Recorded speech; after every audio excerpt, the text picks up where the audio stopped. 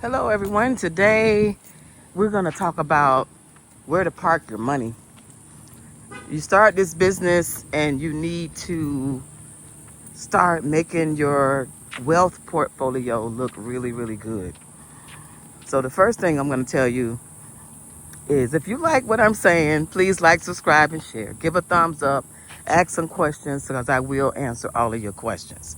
So you start looking at, okay, I'm going to make some money. But how am I going to make sure I have something for the long run? Look at the tennis players this morning.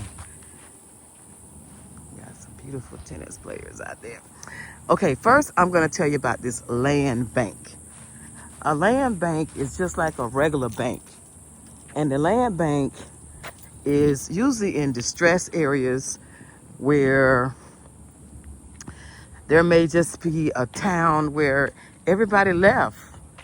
Like say if you're in the South and people went to get better jobs and they just left. And so the city is not making any revenue from the taxes and the government is not funding them like they normally would.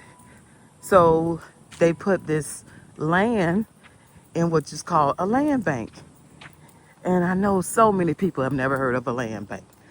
But there are land banks around all over the United States, and you can buy land for a little bit of nothing. Sometimes they may even have a house on it. Now, when I found about this, I just couldn't believe it. And this is something that I did. I wanted to get land because I always knew that as a child, you can always do something with land. Whether you farm on it, build real estate with it, you can always do something with land. So this is how it works. You can Google land bank. If you've been to any town, any old town, if you was a child, as a grandchild, and you was in the back seat and you went to see grandma, any old town, just Google that state, Google that town. It may be a town where you live in, maybe a house next door, and Google land bank. And when you see the land bank, it'll tell you, there's a website for those towns, and it'll tell you what areas are available for purchase for land in a land bank. Now, once you get to that website and you get the addresses, you can go drive by those addresses and just see if it's something that you think you want to acquire. Now, first of all, don't be choosy. It's not going to be no nice house, no vacation home. It's just going to be a distressed property, which means that it could be overgrown with trees. Not like this beautiful tree, but it could be overgrown with trees. It could have a lot of debris on it. It could have a house where the house is falling down. It needs to be taken off. So anyway, buy it. Don't even think about it. Just buy it. If it don't have a sinkhole on it, just buy it. Now, the purchase is going to take 9 months to purchase this property. You put a bid on it. You tell the person, hey, or the lady, whoever the man is in the office when you go visit. And sometimes you don't even have to visit. You can even buy it online. You say, look, I want to get this property and I want to bid on it. And then what they'll do, if they know that you're serious, they're going to send everybody that used to own that land a letter that if they don't bring the taxes current, that the property will be sold. Okay, so after 9 months, they'll put the property on a tax sale at the courthouse. And if the person don't come up, say for instance, the land been empty for 9 months, 10 months. I'm talking about past the tax date, which means it could have been, taxes could not have been paid for 10 years. Okay. So nobody came and claimed and paid the taxes. So the land is just sitting there. It's not kept up and they want their money. So when they send out all the letters, it takes roughly 9 months. On the 10th month, they'll contact you and say, hey, nobody has bought the land. Would you like to buy it for, just say, $2,000? And you say, of course. So when they take it to the auction, they're going to auction it for the amount of taxes that were due, which is $10,000. These are examples. So the average person will not buy a distressed property at $10,000. Now, today they may, because everybody is looking for land. But in most cases, they're not looking for land to invest in. They're looking for land or a house that they can rent and flip and make money out of it quick. So stay with me now, stay with me. So once they don't come pay the taxes for $10,000, they make arrangements with you, and then you have up to 30 to 60 days to buy the property. They'll ask you what dates you want to come in and buy the property. They have their attorneys and everything. Now, before you buy this property, they're going to tell you,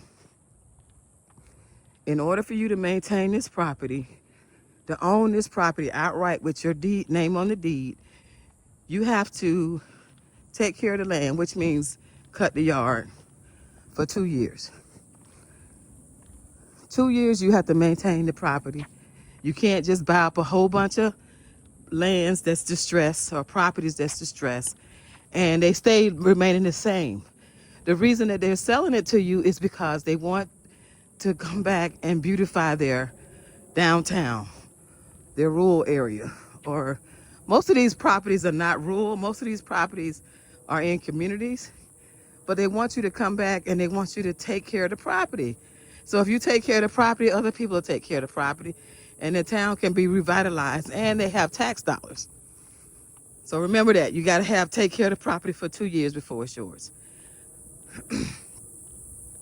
Okay, now you go into closing. You give them your check for $2,000. They give you your receipt, and you just bought property for $2,000. And all you got to do is keep up the landscape. Now, if you say, well, how am I going to get a property that look like that? A landscape. Well, you negotiate. You say, look, this yard hadn't been cut in 10 years or 5 years. I'm going to take a little bit at a time, and they'll work with you. Now, when you pay the property taxes on $2,000, you're not even going to pay $50 or $100 a year for your property taxes. Isn't that sweet? So the money that you would be paying on property taxes is the money you would save, and you can help get the property landscape.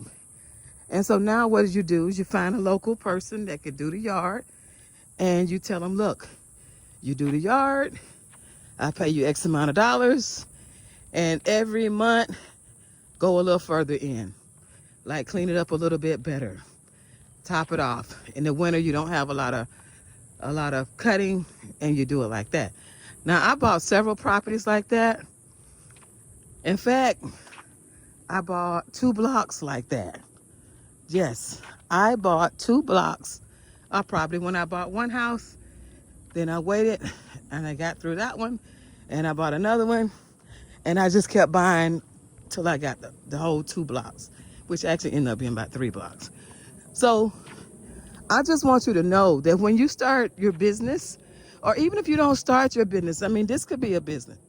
When you start this, you will get addicted to buying land, and then you'll say, okay, I got enough land.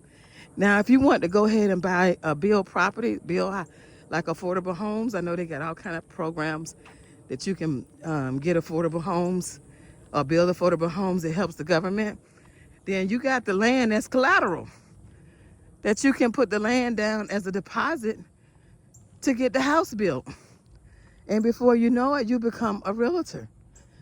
So what I'm trying to say to you, if you follow me right now, and you're in my community, we want to build our businesses, or we want to build our portfolio where we can sustain tough times.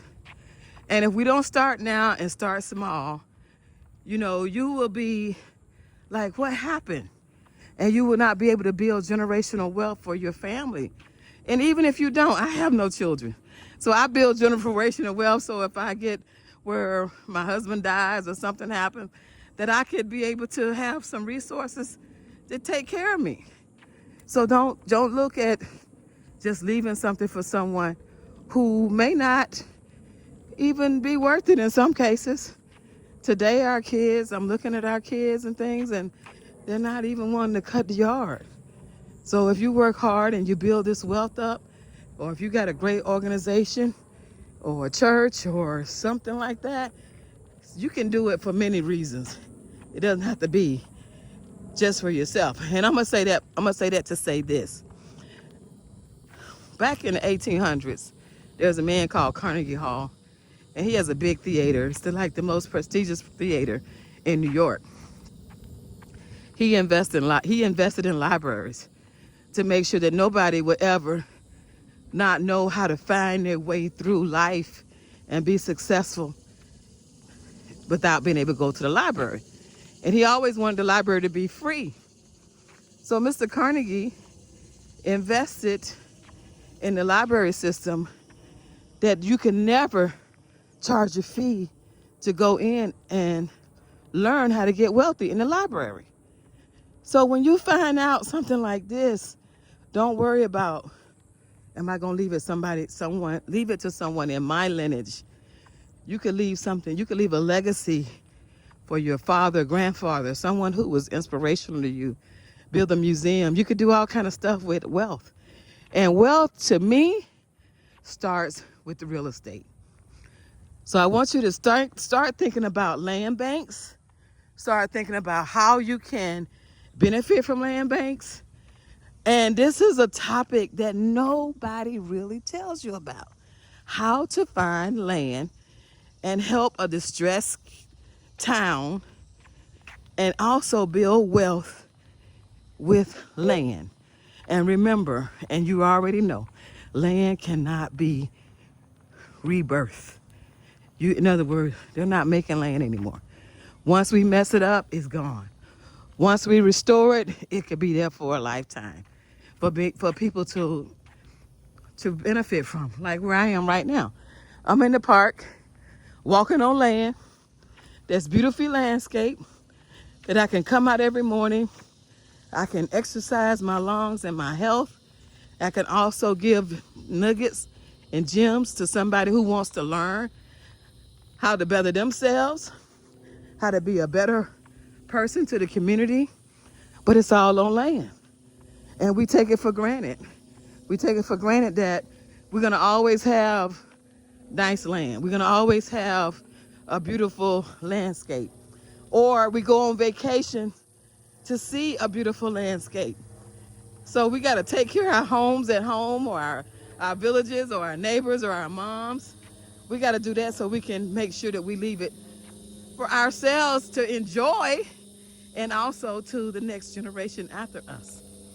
So if you like what I said so far, please give me a thumbs up or say I got it.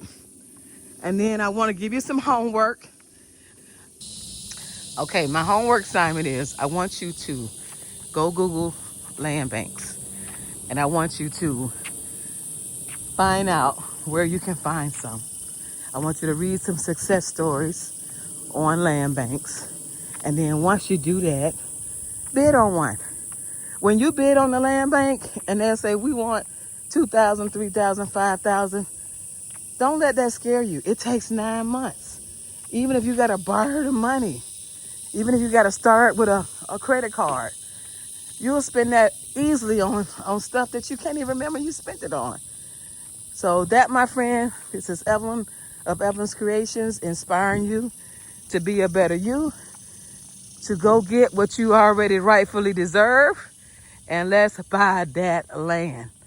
Thank you. Bye-bye.